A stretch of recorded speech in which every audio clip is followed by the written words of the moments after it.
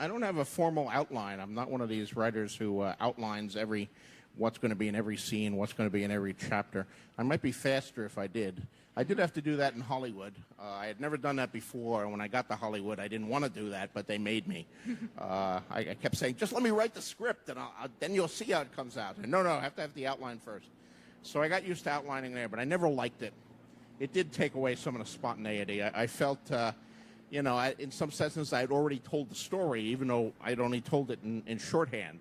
And retelling the story over again is not as much fun as telling the story for the first time. How do you guys feel about that with your outlines? Because I know I discuss a lot about outlines in my past videos, but that's a new perspective I never really thought of. Or maybe I have, but I just didn't put too much thought into it. Focusing so much in your outline. I mean, I know I've discussed it in a video, especially if you checked out my video on how to finish your draft so fast it feels illegal. I know in that video I talked about how I'd even finish my outline. I just went straight to my drafting process. But I never thought in my drafting process that if I continued my outline that the drafting process wouldn't be as fun, just because the outline would have majority of the story out there already. Like it'll be already be seen, and basically the draft is like me rewriting the parts that's happening in the outline, well, expanding it, I should say, with the scenes and the draft and the finer details. I don't know, I never really put much thought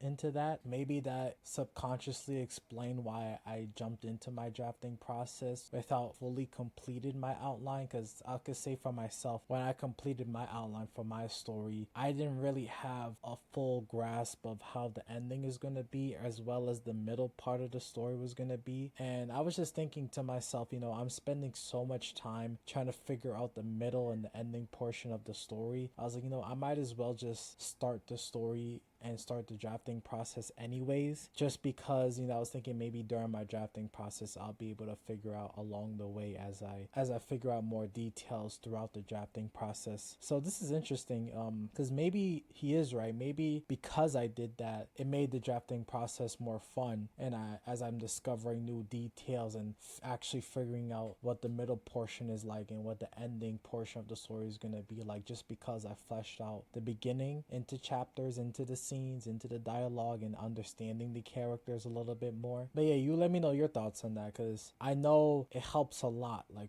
for most writers, especially the writers I worked with, it helps them a ton if they have like an outline and they have an idea of what's going to be happening before they enter the drafting process. But I always say too, like, you're going to have to start the drafting process eventually, so it's better you start before you feel like you're ready. For some, that could mean not starting the drafting process at all and just going straight to the draft. And for others, it is to go, scene by scene in the drafting process and filling out as much information as possible in the drafting process before entering a book series or story in general. It's just something I'm actually curious about too, is especially since he said that he doesn't outline at all, or he doesn't like outlining. I wonder, like, how do you write out a book series without outlining? That's something I can't really contextualize and figure out in my head, because if you're writing a book series, I feel like you kind of have to determine, like, okay, this is going to be the focus in book 1, and then this is going to be the focus of book 2. But it could also be the case where maybe he never thought of writing a book series until he finished the first book, and it's like, it would be great to have a second book. That could be it as well.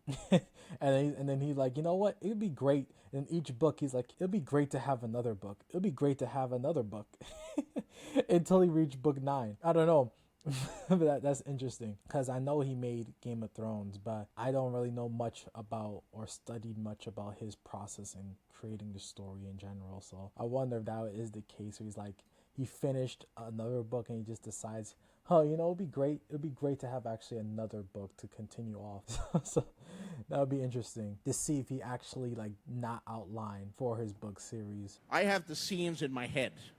I can see how the battle is going, and now I have to get it into your head, and I have to find the words to do that, and choosing those words, the right words that will get the image across and make everything flow and be exciting and have a certain poetry itself. It's very difficult. Yeah, that is so true. Like, I think that's the number one thing, at least I notice with other writers, is like presenting what's going on in their head and how they view the scenes, and try to see if others could understand or see what they see in their imaginary world. Like, they're trying to find the path, like the right words to invite people into their creative world, if you get what I'm saying. And I think that's why beta readers are so valuable, just because of that, or like any type of person who like reads a person's story or sharing your story and getting feedback is so valuable. And one thing I learned that's truly valuable is when someone who reads your story for the first time, if they're able to express their like raw feelings, their raw emotions on how they felt when they read a certain part of the story or a certain scene, or how they feel about a character, how they felt about this description, this dialogue, whatever. Like, if there's some type of emotion that they felt in certain parts of the story, I feel like those are like the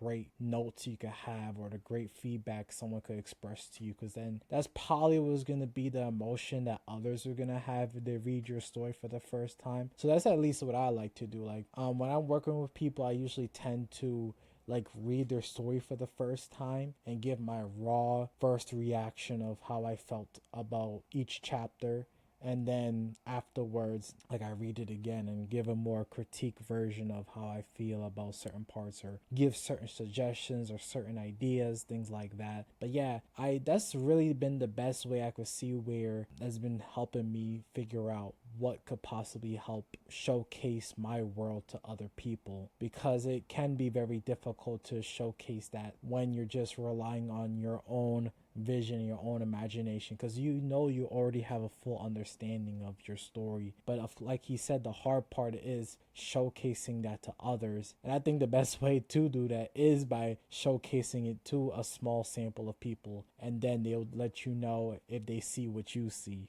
If you get what I mean. So yeah. I was just wondering if how you keep all this stuff. I mean, all your plot lines and subplot lines in your. Do you keep them in your head? Do you have a notebook or several notebooks, obviously, with this stuff? I keep them in my head. That's why I need such big hats. Yes, I don't have. I have a few pages of notebooks, and I have a few notes that I keep things, but no formal outlines. And you'd be surprised at how relatively little there is.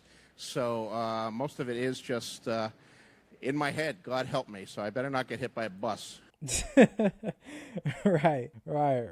That's interesting. Like, most of it he keeps in his head. And I think I had a reaction before by, I think it was Dr. Ken, where he spoke about if you forget an idea, then it probably wasn't something that you wanted to have in your story anyways, or it wasn't worth remembering to place in your story anyways. And I could probably see where that's probably why he keeps it on his head, or just write a few notes here and there while he's drafting the story. That's so interesting to me, honestly, because in my mind, because this happened to me before, where I would just decide not to write it down, and later on when I actually need the idea, I kind of like not really forget about it, but the idea is not as clear as it was before. Like, it's much more vague. Like, I don't really remember the full on details that I had for that particular idea when I had it at the time. But of course, since I didn't really need it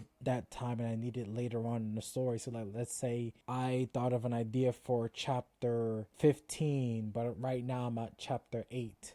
I like decided, I don't really need the idea right now. So once I reach up to chapter 15 is like, at that point, since I'm only keeping all the ideas in my head, by that time it's like, it could be a few weeks from now, it could be a few months that I reach to chapter 15, right? And by that point, it's like the idea that I had so clear in my head back in chapter 8, you could run the risk of the idea not being as clear as you originally had it when you first thought of that idea. So that's kind of why I like to write these ideas down and make sure all the ideas I have in my head is somewhere in paper or on my phone or somewhere where I could just look back to and kind of look back and see why I even had this idea in the first place, or kind of understand my thought process back then. So yeah, these are interesting ideas, interesting things. I like seeing how other writers, how authors think and feel about their process, and how they're able to write such great books and stories in general. It's just interesting to think about, especially when you're going through your own process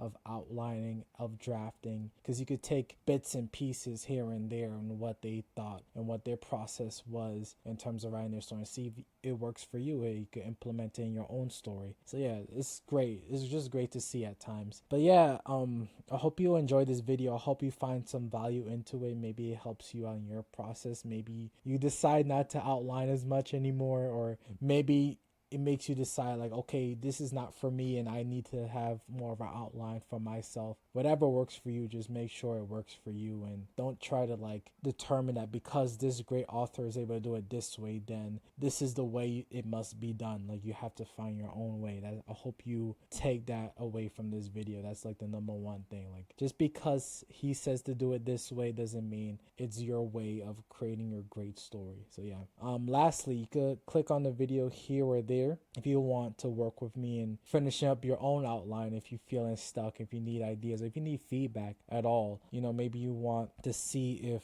someone else is able to see your vision, see your world, writing something you feel is meaningful, and you want that feedback. You could click the link down below, and that will lead to a calendar where we could schedule a time and we could meet and discuss about your story as well. So yeah, I hope you enjoyed this video, and yeah, I hope you have a great rest of your day. Thank you.